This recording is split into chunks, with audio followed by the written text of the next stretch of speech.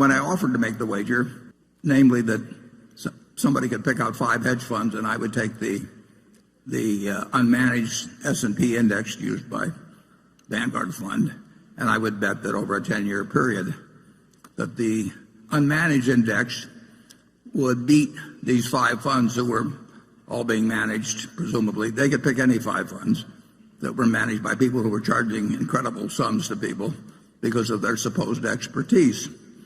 And fortunately, there's an organization called, or at least if you go to the internet, if you put in longbets.org, it's a terribly interesting website. You can have a lot of fun with it because people take the opposite side of various propositions that have a long tail to them and make bets. And our bet became quite famous on there. And a fellow I like, who I didn't know before this, Ted Seides, bet that he could pick out 5 hedge funds. These were funds of funds. In other words, there was one hedge fund at the top, and then that manager picked out who he thought were the best managers underneath, and then bought into these other funds in turn, so that the 5 funds of funds represent maybe 100 or 200 hedge funds underneath. Now, bear in mind that the hedge fund, the fellow making the bet, was picking out funds where the manager on top was getting paid perhaps 0.5% a year, plus a cut of the profits, for merely picking out who he thought were the best managers underneath, who in turn were getting paid maybe 1.5% or 2%, plus a cut of the funds on profits. But certainly the guy at the top was incentivized to try and pick out great funds, and at the next level, those people were presumably incentivized too. So the result is, after 8 years and several hundred hedge fund managers being involved, is that now the totally unmanaged fund by Vanguard with very, very, very minimal costs is now 40-some points ahead of the group of hedge funds.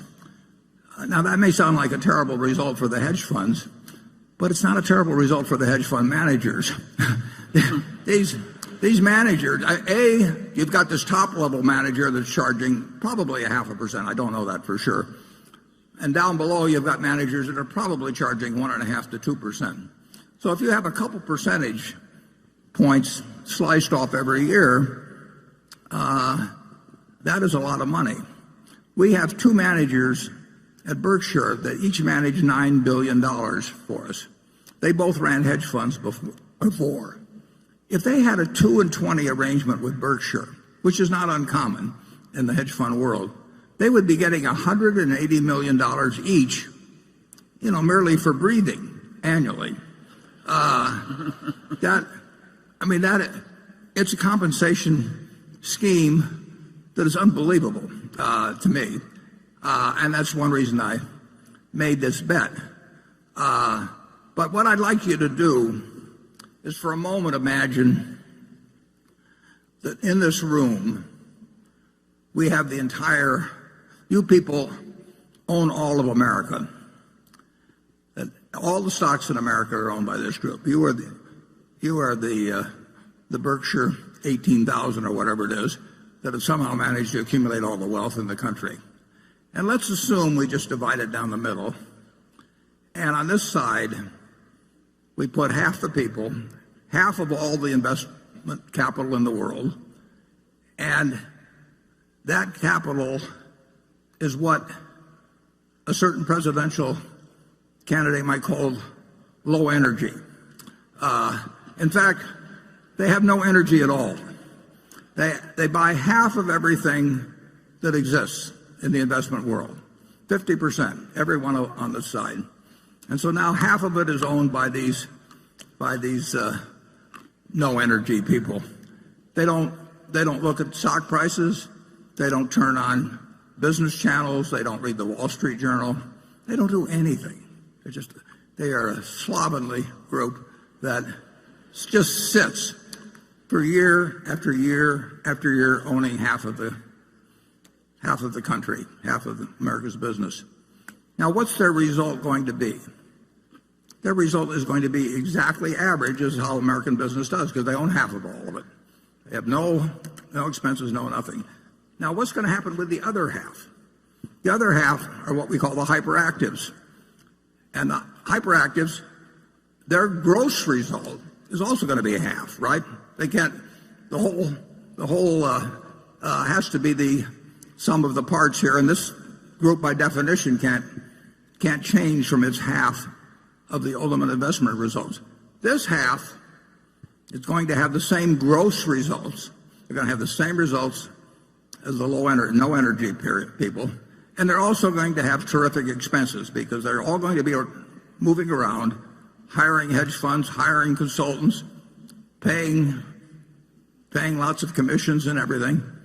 And that half as a group has to do worse than this half. The people who don't do anything have to do better than the people that are trying to do better. And that's simple. And I hoped through making this bet to actually create a little example of that. But that offer was open to anybody. And I would make incidentally the same offer now, except being around in 10 years to collect gets a little more problematic as we go through life. But it seems so elementary. But I will guarantee you that no endowment fund, no public pension fund, no extremely rich person wants to sit in that part of the auditorium. They just can't believe that because they have billions of dollars to invest, that they can't go out and hire somebody who will do better than average. I hear from them all the time. So this group over here, supposedly sophisticated people, generally richer people, hire consultants, and no consultant in the world is going to tell you just buy an S&P index fund and sit for the next 50 years. You don't get to be a consultant that way. And you certainly don't get an annual fee that way. So the consultant's got every motivation in the world to tell you, this year I think we should concentrate more on international stocks, or this year this manager's particularly good on the short side. And so they come in and they talk for hours, and you pay them a large fee, and they always suggest something other than just sitting on your rear end and participating in American business without cost.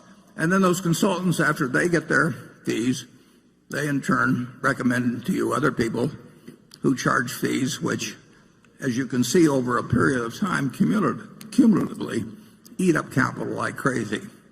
So I would suggest that what I felt sure, I didn't feel sure because nothing, can't tell for sure about any 10-year period, but I certainly felt very probable, or I wouldn't have stuck my neck out. It just demonstrates so dramatically. I've talked to huge pension funds, and I've taken them through the math, and when I leave, they go out and hire a bunch of consultants and pay them a lot of money. And it's just unbelievable. And the consultants always change the recommendations a little bit from year to year. They can't change them 100% because then it didn't look like they knew what they were doing the year before. So they tweak them from year to year, and they come in and they have lots of charts and PowerPoint presentations, and they recommend people who in turn are going to charge them a lot of money. And they say, well, you can only get the best talent by paying 2 and 20 or something of the sort. And the flow of money from the hyperactive to what I call the helpers is dramatic. Well, this group over here sits here and absolutely gets the record of American industry. So I hope you'll realize that for the population as a whole, American business has done wonderfully, and the net result of hiring professional management, is a huge minus. And at the bookstore, we have a little book called Where Are the Customer's Yachts, written by Fred Schwett. I read it when I was about 10 years old. Been updated. It hadn't been updated, but new editions have been put out a few times, but the basic lessons are there. That lesson is told in that book from 1940. It's so obvious, and yet all the commercial push is behind telling you that you've got to think about doing something today that's different than you did yesterday. You don't have to do that. You just have to sit back and let American industry do its job for you.